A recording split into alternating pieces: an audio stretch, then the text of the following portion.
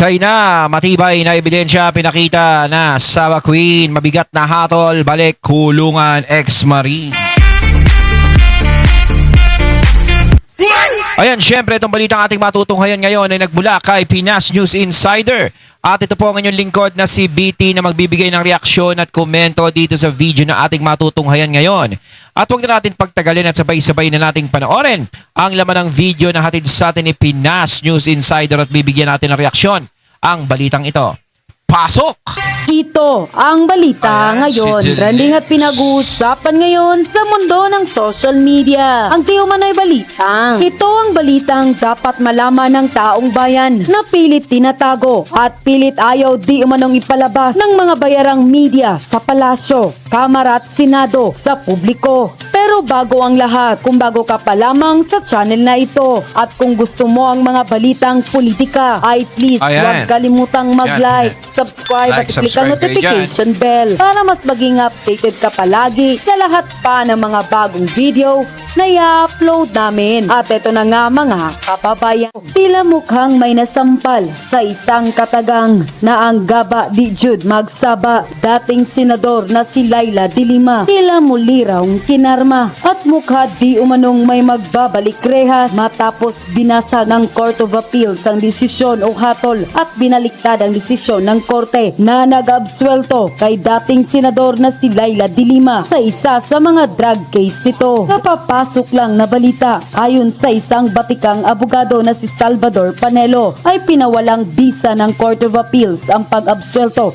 kay Laila de Lima. Iyag pa ni Attorney Salvador Panelo, ipinadala raw ni Midal Dia at iba pa ang desisyon sa Court of Appeals at pinawalang bisa na ang pagka-absuelto ni Laila de Lima sa kanyang kaso dahil ayon nga raw sa nasabing hukuman, hindi raw nasunod ang rules on evidence, hindi nga raw nila inaprubahan. Kaya nga raw itong mga nagsinungaling ay mga tinakot raw, kaya ang desisyon ng Court of Appeals ay null and void of acquittal, ibalik sa hukuman at ituloy ang paglilitis. Ayon, ituloy ang paglilitis. Ibalik sa kulungan. Janelle. Ayan. Ako sa tingin ko kasi, no, para sa akin, no, kung magbabalik kulungan, parang tingin ko ang natatansya ko parang hindi sa ngayon yan. Oo. Siyempre parang kailangan pa sila eh. Kailangan pa. Ngayon, ito sinasabi ko kung sakasakali lang na ito nababalita na maaaring magbalik kulungan kasi may mga ganyan-ganyan na problema, para sa akin siguro hindi pa yan sa ngayon. Kailangan pa rin kasi ang mga serbisyo niyan kasi mas kailangan nila ng mga taong galit sa mga Duterte. Hindi pa pwedeng mabawasan yung mga taong galit sa mga Duterte, kailangan full force pa rin sila. Nawala na nga yung iba sa mga congressman, sa mga kongreso, di ba, mga natalo sa eleksyon. So eto na lang ang mga inaasahan nila tong mga taong to. So kung magbabalik kulungan ng usapan, siguro hindi pa ngayon yan. Pero na lang kung talagang ibabalik talaga siya talaga ayon sa batas. Di ba? Pero kayo mga katunay, sa tingin nyo ba kung magbabalik kulungan niya, may ibabalik ngayon yan?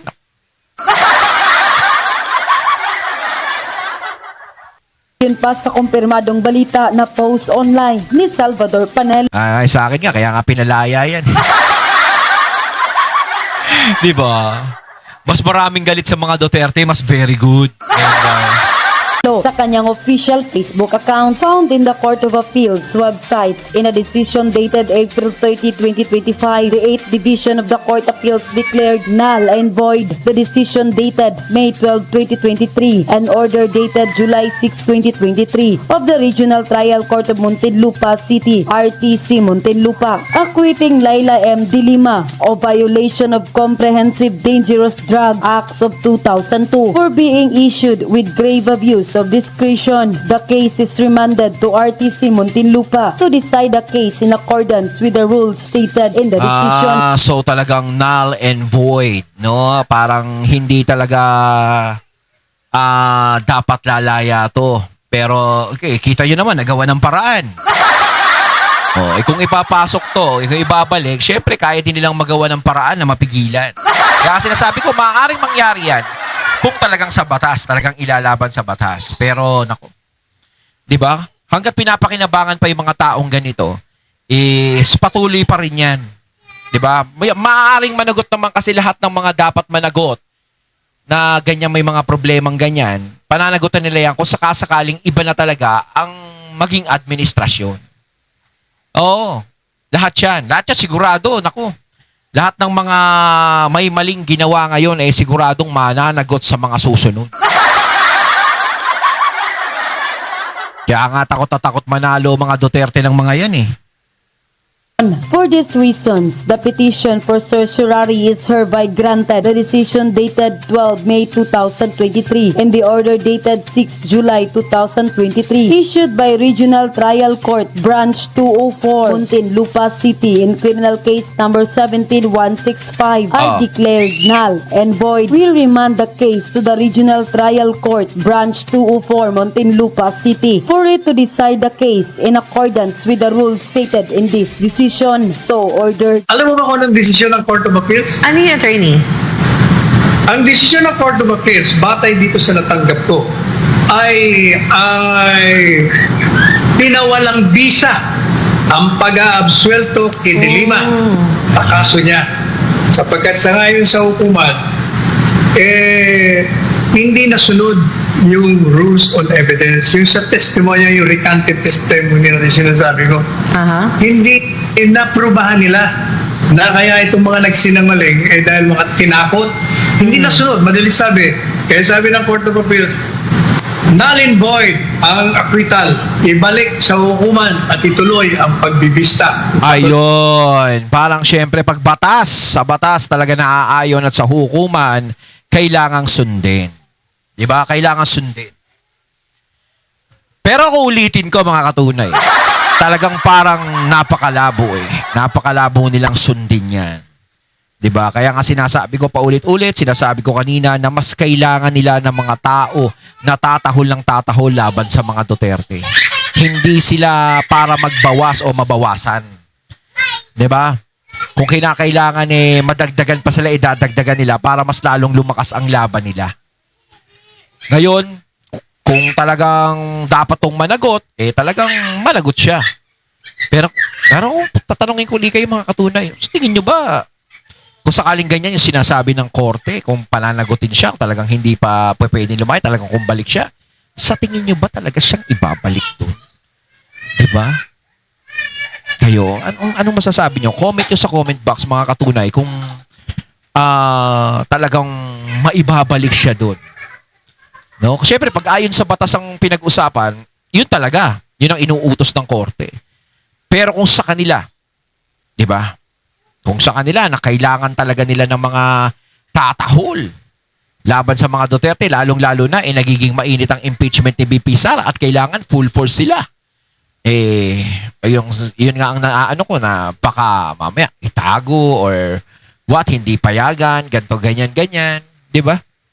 Pero alam niya naman ang batas ay batas. Dapat talagang sundin.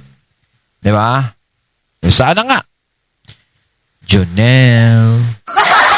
Tunayan nila. O yun ang latest.